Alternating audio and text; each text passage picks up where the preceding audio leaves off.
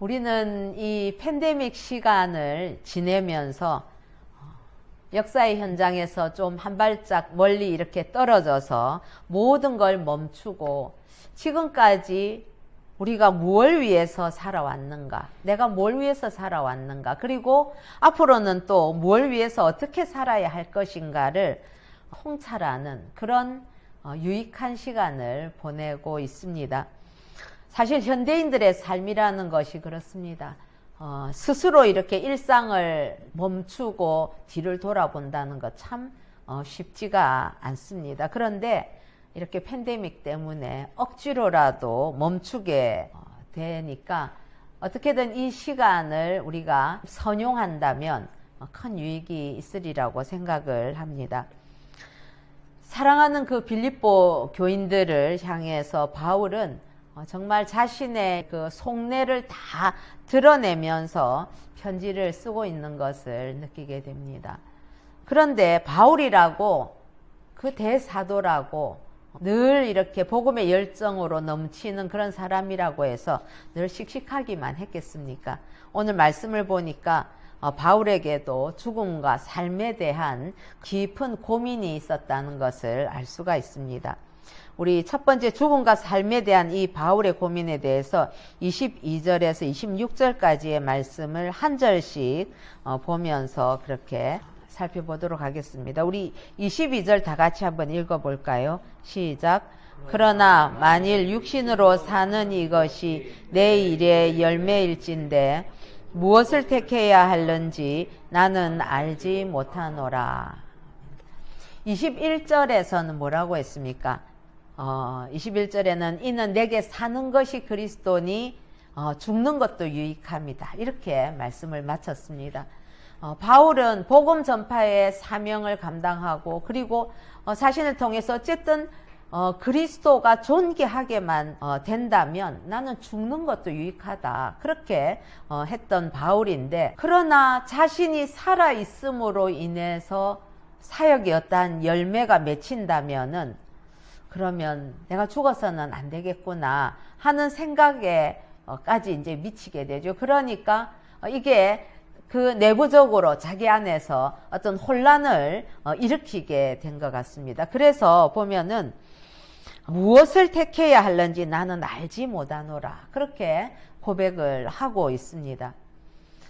참 이런 고백들은 굉장히 진솔한 고백이지요.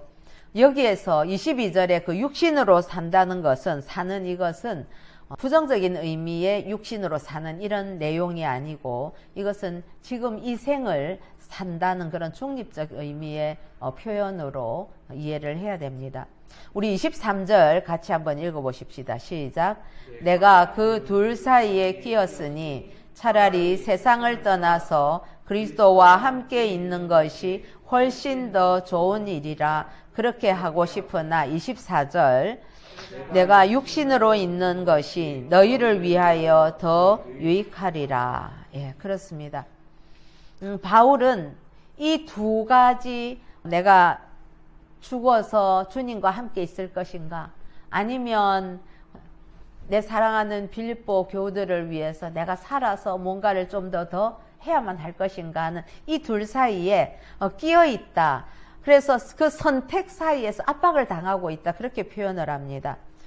사실 바울의 마음은 어디로 기울어져 있습니까?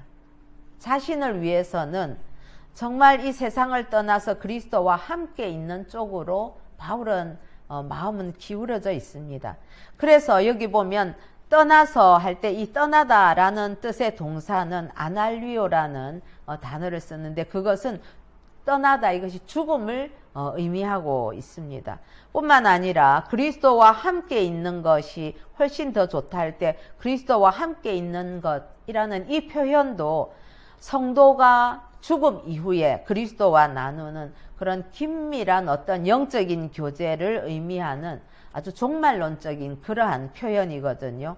그래서 아날리오와 같은 의미를 나타내고 있습니다. 이처럼 바울은 정말 내가 내 마음으로는 나 자신, 내 어떤 기쁨이나 이런 걸 위해서는 나는 빨리 죽어서 참 주님과 영원히 함께 있으면 좋겠다 하는 것이 속마음이라는 거죠. 그런데 여기에서 보면은 내세를 바라보는 바울의 확고한 부활신앙을 보게 됩니다. 내가 주님과 영원히 함께 있고 싶다는 것은 부활의 그 주님에 대한, 그리고 나도 부활함으로 주와 영원히 함께 한다는 그러한 부활신앙을 우리가 볼 수 있는 것이지요.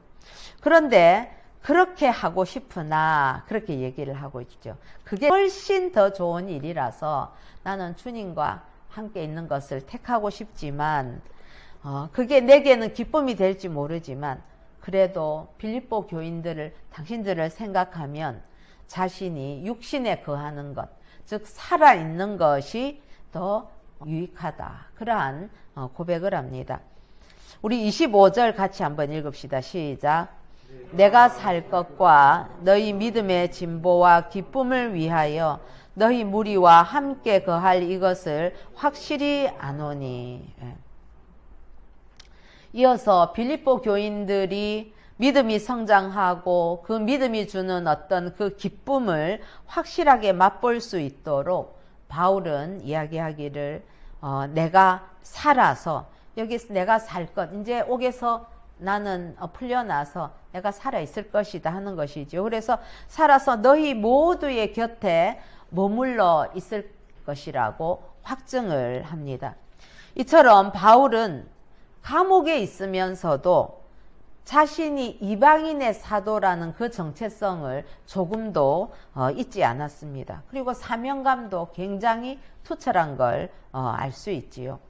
물론 때로는 그도 곤고하고 정말 이 험한 내 그 사역의 모든 길들 내가 최선을 다해서 달려왔으니 내가 이제 이쯤에서는 정말 주님 앞에 불러주시면 난 가고 싶다 하는 그런 마음이 간절하지만은 그것 때문에 마음이 흔들렸다가도 금방 정신을 차리고 본래의 목적, 자신에게 주어진 그 이방인의 사도로서의 그 사명을 달성하기 위해서 다음에 빌립보 교인들, 당신들과 내가 함께 같이 있게 될 것이다 라는 확언을 하고 있습니다.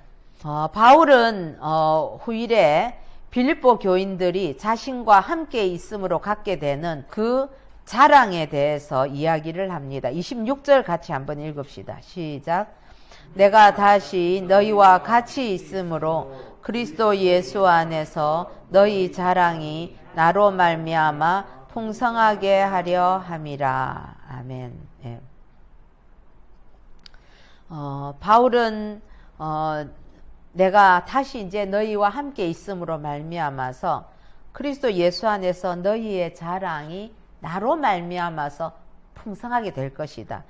무슨 말이겠습니까? 바울이 석방이 되어서 빌립보 교회에 가서 빌립보 교인들 곁에서 머물면서 그들을 하나하나 말씀으로 가르칠 때에 그들의 그 긍지는 한없이 커질 것이고 자랑거리가 자부심이 아주 많아질 것이다. 이런 의미가 되는 것이지요.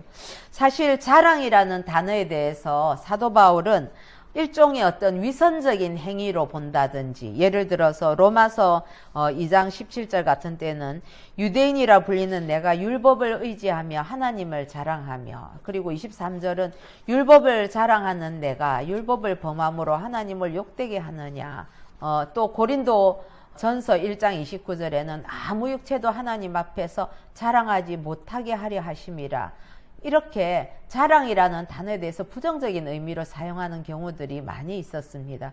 그래서 고린도 후서 10장 17절에는 자랑하는 자는 주 안에서 자랑할지니라. 그러니까 자랑을 하려면 주님 안에서만 해야 된다. 그렇게 어떤 의미에서는 좀 제한적인 의미를 가지고 좀 부정적인 뉘앙스를 풍기면서 이 자랑이라는 단어를 사용해 왔는데, 이 오늘 우리 26절의 본문 너희 자랑이 나로 말미암아 풍성해진다 할 때 이 단어는 어떤 우월감을 과시하는, 내가 뭐 율법을 잘 지킨다, 내가 하나님에 대해서 많이 알고 있다, 내가 신앙이 이러하다 하는 그런 자기의 우월감을 드러내는 그러한 의미가 아니라 사도 바울과 교제함으로 영적인 리더와 그리고 그 성도들이 신앙 안에서 서로 교제함으로 갖게 되는 그러한 신앙적인 자부심을 의미하고 있습니다.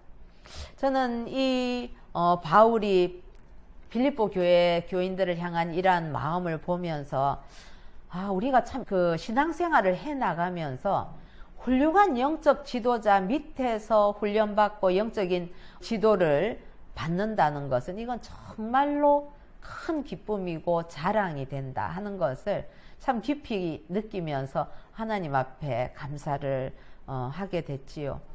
우리 교회는 항상 우리가 누구에게 전도할 때, 교회를 소개할 때는 우리는 빠지지 않고 우리 지도 목사님을 늘 소개하죠.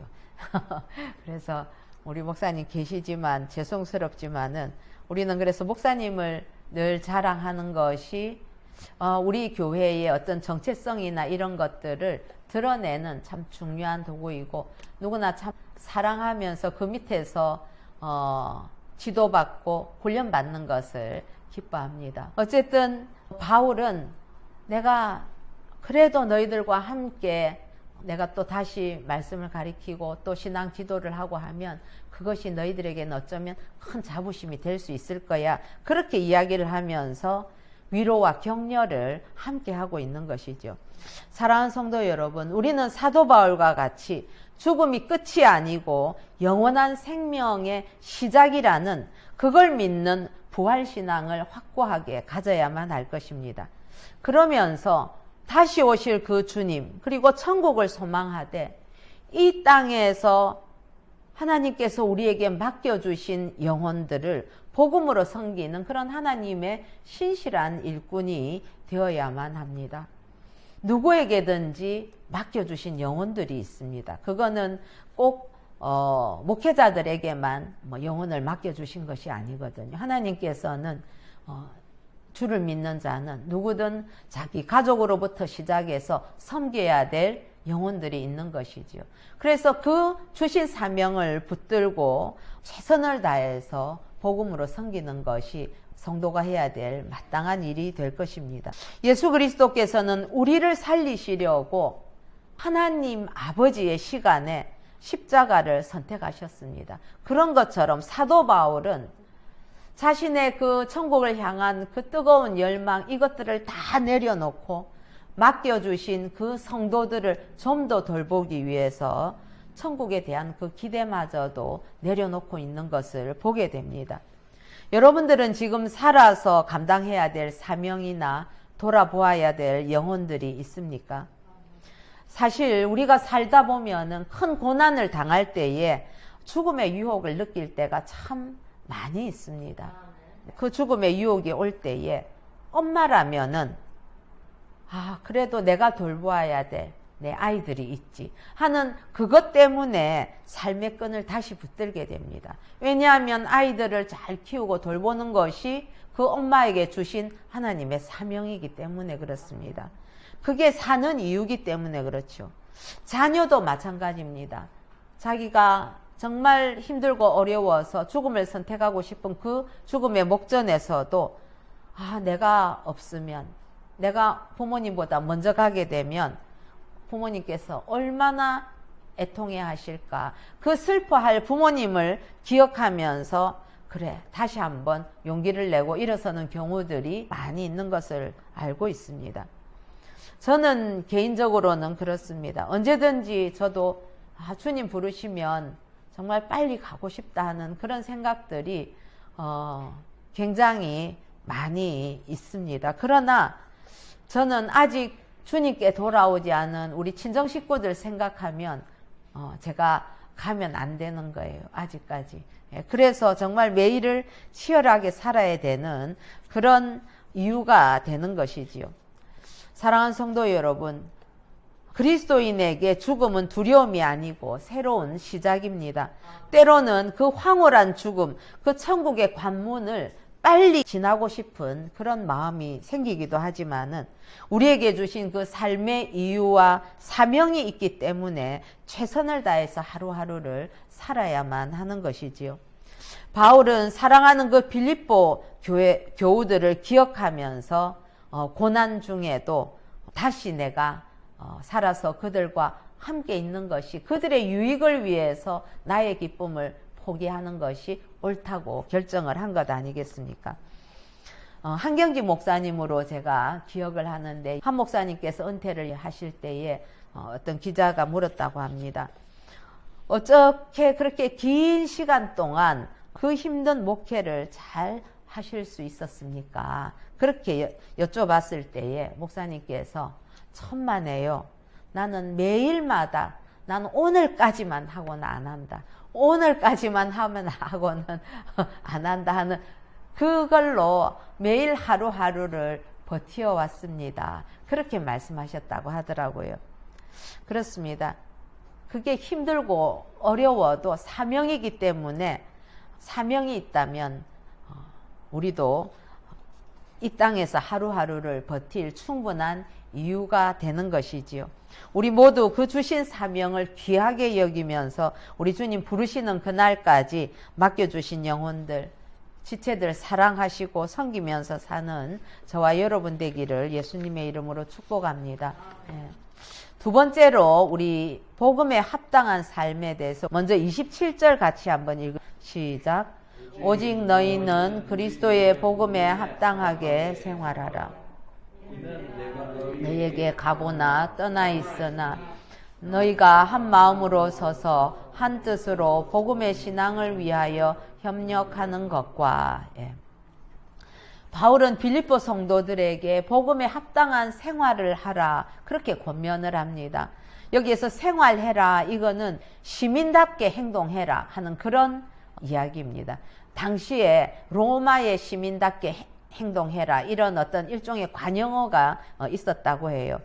그래서 생활하라 이것은 시민답게 행동하라는 의미인데 빌립보 성도들은 자신들이 로마 시민권과 그 특권을 누릴 수 있는 로마 식민지에 사는 것을 굉장히 자랑스럽게 생각했습니다. 제가 빌립보서 첫 시간에 말씀드린 것처럼 이 빌립보시는 마게도니아에 속해 있는데 로마의 식민지입니다. 그런데도 빌립보에는 로마에서 퇴역한 그런 장성들, 군인들 이런 사람들이 많이 살게 되면서 일종의 뭐 신도시처럼 그렇게 잘 형성이 되어 있어서 빌립보시의 사람들은 식민지인데도 로마 시민권을 가지고 있었으니까 이 사람들의 자부심이 얼마나 컸겠습니까? 그런데 바울은 빌립보 성도들아 너희들이 로마의 시민이기 이전에 천국 시민권을 가진 자들이다. 그렇게 얘기를 하는 거죠.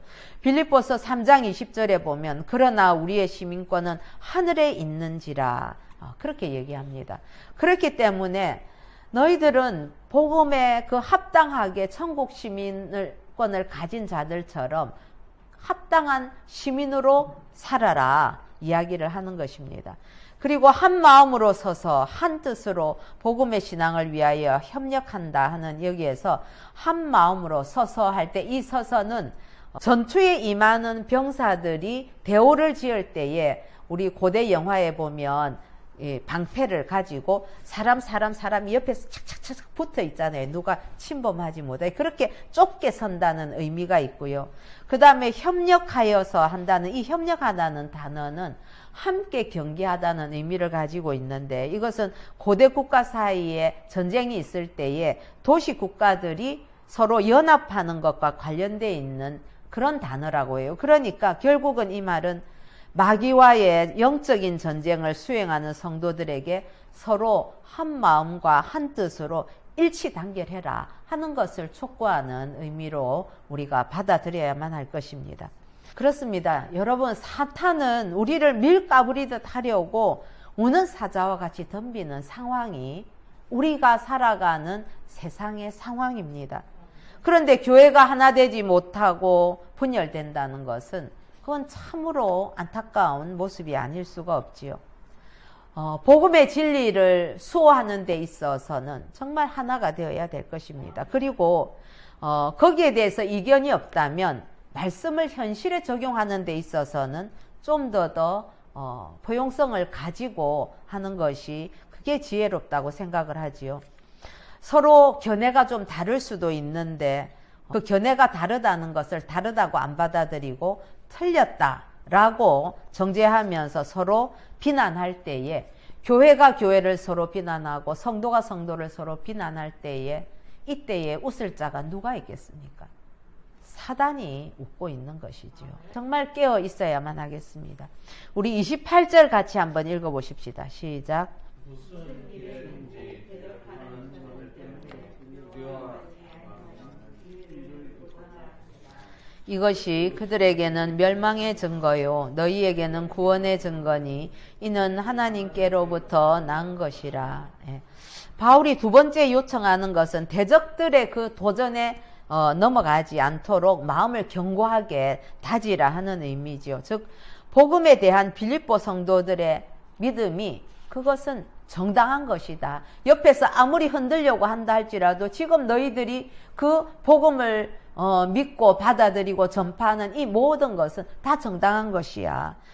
뿐만 아니라 그리스도가 너희들의 인도자이지 않느냐. 그걸 인식함으로 인해서 복음을 회방하는 자들, 그 대적자들에 대해서 두려워하지 말고 그걸 이겨내라 라고 촉구하고 있는 것입니다. 여기에 대적하는 자들에 대해서는 바울이 그때 신라와 빌립보에 갔을 때도 감옥에 갇히고 그랬었잖아요. 그럴 때처럼 그 이방인들도 이 빌립보 교회를 향해서 아주 핍박을 할 뿐만 아니라 율법주의자 유대인들이 어디든지 쫓아다니면서 늘 복음을 회방했었거든요. 그래서 그런 것들까지도 다 포함하는 그러한 것이다 라고 보면 되겠습니다.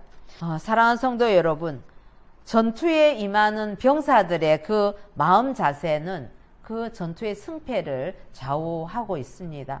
성도가 대적자들이 박해를 하고 핍박을 한다 할지라도 거기에 직면해서 담대하게 그렇게 임한다면 그건 성도들에게는 구원의 증거가 되고 오히려 대적자들에게는 멸망의 증거가 됩니다. 왜냐하면은 성도들의 인내는 하나님께로부터 오는 것이거든요. 그래서 우리 로마서 5장 3, 4절에 보면 환난은 인내를, 그 다음 인내는 연단을, 연단은 소망을 이루는 줄 알미라 라고 말씀을 하고 있지요. 성도들이 핍박을 견딘다는 것은 그들이 하나님께 속한 증거가 되는 반면에 반대로 박해하는 자들은 하나님을 대적하는 자들이 되어서 심판을 면치 못하게 되는 것입니다. 그러니 멸망을 받을 수밖에 없는 것이지요. 성도의 정체성이 무엇이겠습니까? 이 땅에서 살아가는 천국 백성, 이것이 성도의 정체성입니다. 그래서 성도들은 하늘 백성이지만 이 땅에서도 선한 시민이어야만 합니다. 그리고 성도의 또 다른 정체성은 하나님 나라의 군사라고 생각을 합니다. 여러분, 군사는 전쟁을 수행하기 위해서 파견이 되지요. 하늘나라에서 파견된 우리는 하나님의 군대인 것입니다. 그런데 전쟁이 끝나야 우리는 본국으로 귀환할 수 있는 것 아니겠습니까? 그런 것처럼 이 땅에서 이 영적인 전쟁을 수행하는 동안에 성도들은 한 마음 한 뜻이 되어서 서로 복음 안에서 협력하고 하나님의 나라를 확장해가는 그러한 일들에 대해서 사단의 권세와 담대히 맞서서 싸워야 할 것입니다. 세상에 어떤 권세가 위협해도 우리의 왕이신 하나님을 의지하고 두려워하지 말고 믿음으로 담대히 싸워서 이기는 저와 여러분 되시기를 소원합니다. 이제 우리 29절과 30절에 보면 고난도 감수하는 삶에 대해서 바울은 하나님 나라 시민이 이 땅을 살아갈 때 겪게 될 일에 대해서 이야기합니다. 우리 29절 같이 읽읍시다. 시작. 그리스도를 위하여 너희에게 은혜를 주신 것은 믿을 뿐 아니라 또한 그를 위하여 고난도 받게 하려 하심이라. 아멘. 하나님께서는 그리스도를 위해 은혜를 주신 것은 그리스도를 믿는 믿음과 더불어서 고난도 함께 포함한다 라고 말씀하시죠. 왜냐하면 그리스도를 믿는다는 것은 그리스도를 인격적으로 신뢰하고 받아들이는 것이지요. 그렇다면 그건 그리스도와 연합하는 것이 됩니다. 하나가 되는 거지요. 그러니까 이 의미는 그리스도와 하나이니까 그리스도의 그 고난에 동참하게 되는 것을 뜻합니다. 그래서 빌립보서 3장 10절에 보면 부활의 권능과 그 고난에 참여함을 알고자 하여 그렇게 이야기를 하고 데살로니가 후서 1장 5절에 보면 그 나라를 위하여 너희가 또한 고난을 받느니라 그렇게 말씀하고 있습니다. 그래서 성도들은 고난을 회피하기보다는 인내로서 이겨내야 된다는 거죠.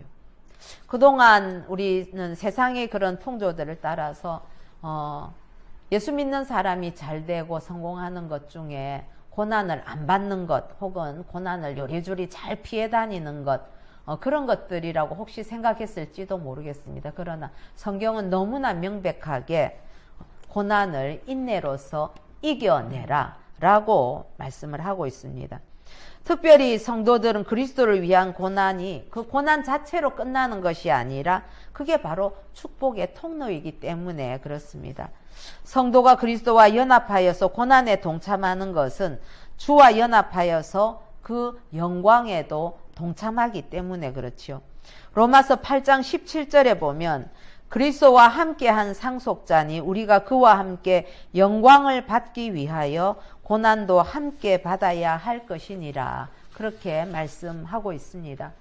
사랑하는 성도 여러분, 우리 30절 같이 한번 읽어보십시다. 시작. 너희에게도 그와 같은 싸움이 있으니 너희가 내 안에서 본 바요 이제도 내 안에서 듣는 바니라. 아멘. 네. 사도 바울은 빌립보 성도들도 자신과 같은 싸움을 싸우고 있다는 사실을 확증해 줍니다. 빌립보 교인들이 사도 바울을 이렇게 힘있게 서포트하고 하는 이것이 편안하거나 안락한 가운데 이루어진 일이 아니었습니다.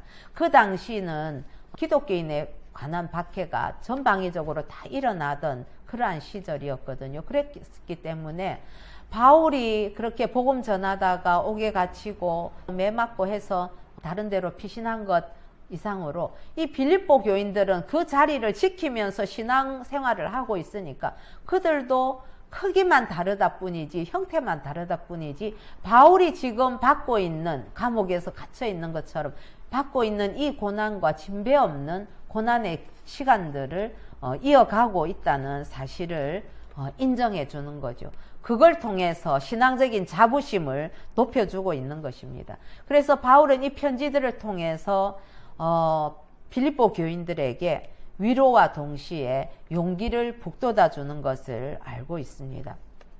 사랑하는 성도 여러분, 우리가 신앙인으로 산다는 의미 한번 다시 돌아보고 결단하는 시간이 되면 좋겠습니다. 그거는 복음이 주는 구원의 은혜를 누리는 것뿐만 아니라 복음을 위해서라면 내가 고난도 달게 받는다는 것을 내포하고 있는 것입니다. 그래서 하나님의 영광을 위해 살고 이웃들에게 복음을 전하는 과정에서 성도는 필연적으로 고난을 또 어려움을 겪게 됩니다. 그래서 그 어려움이 다가올 때에 그걸 이상한 것으로 생각하지 말아야 합니다.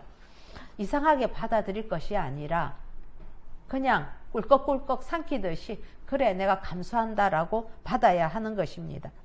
하나님을 사랑하고 경건하게 사는 자는 반드시 고난을 겪는다고 디모데후서 3장 12절에 보면 무릇 그리스도 예수 안에서 경건하게 살고자 하는 자는 박해를 받으리라. 우리가 인정하고 싶지 않아도 말씀에서 우리에게 미리